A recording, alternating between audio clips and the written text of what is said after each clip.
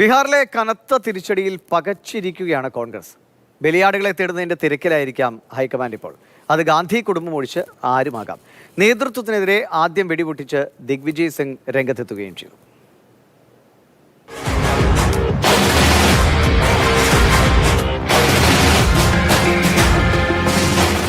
കോടതിയിൽ പയറ്റേണ്ട വിഷയങ്ങൾ തെരഞ്ഞെടുപ്പ് രംഗത്ത് വിജയിക്കില്ല എന്നതിന്റെ ഏറ്റവും നല്ല ഉദാഹരണമാണ് SIR. കുറഞ്ഞ കൂലി പോലും ഇല്ലാത്ത ഒരു സംസ്ഥാനത്ത് പോയി സമഗ്ര വോട്ടർ പരിഷ്കരണത്തെക്കുറിച്ച് സംസാരിക്കുന്നതിനേക്കാൾ രാഷ്ട്രീയ വിഡ്ഢിത്തം മറ്റൊന്നും ഉണ്ടാകില്ല. ദിവസങ്ങൾ നീണ്ട വോട്ടധികാർ യാത്രയ്ക്ക് തെരഞ്ഞെടുപ്പിൽ എന്തെങ്കിലും സ്വാധീനം ചെലുത്താൻ കഴിഞ്ഞിട്ടുമില്ല. അത് കടന്നുപോയത് RJDയുടെയും കോൺഗ്രസിന്റെയും സ്വാധീന മേഖലയിൽ കൂടി മാത്രം. അതിനപ്പുറം ഒരു ബീഹാറും വോട്ടർമാരും ഉണ്ടെന്ന് കോൺഗ്രസ് മറന്നു. രാഹുൽ ഗാന്ധിയുടെ SIR വിഷയം ഏറ്റെടുക്കാൻ RJDയും ഒരു പരിധിവരെ തയ്യാറായില്ല. 20 വർഷത്തെ നിതീഷ് കുമാർ ഭരണത്തിന്റെ പാളിച്ചകൾ ഇതോടെ പ്രചാരണത്തിൽ ഫലിച്ചില്ല. ദുർബലമായ സംസ്ഥാന ഘടകവും ദിശാബോധമില്ലാതെ നീങ്ങിയ ഹൈക്കമാൻഡും കൂടിയായപ്പോൾ വിരലിലെണ്ണാവുന്ന സീറ്റുകളിലേക്ക് കോൺഗ്രസ് ചുരുങ്ങി. RJD കോൺഗ്രസ് യോജിപ്പും പലയിടത്തും പാളി.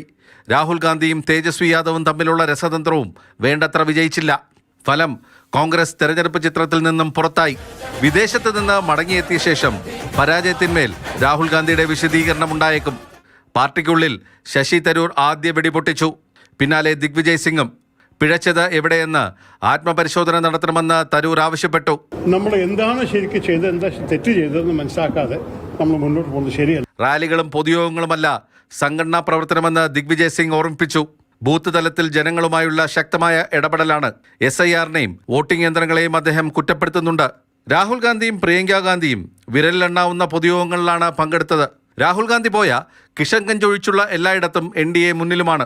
സംഘടനയ്ക്ക് പുറത്തുള്ള ഒരു കൂട്ടം ആൾക്കാരും സംഘടനകളും ഉയർത്തുന്ന വിഷയങ്ങൾ രാഷ്ട്രീയ പ്രശ്നങ്ങളായി അവതരിപ്പിക്കുന്ന NGO സ്റ്റൈൽ രാഷ്ട്രീയത്തിലേക്ക് കോൺഗ്രസ് കൂപ്പുകുത്തുകയാണെന്ന ആരോപണമാണ് ഇപ്പോൾ ഉയരുന്നത്. ബസന്ത്, മാതൃഭൂമി ന്യൂസ്, ഡൽഹി.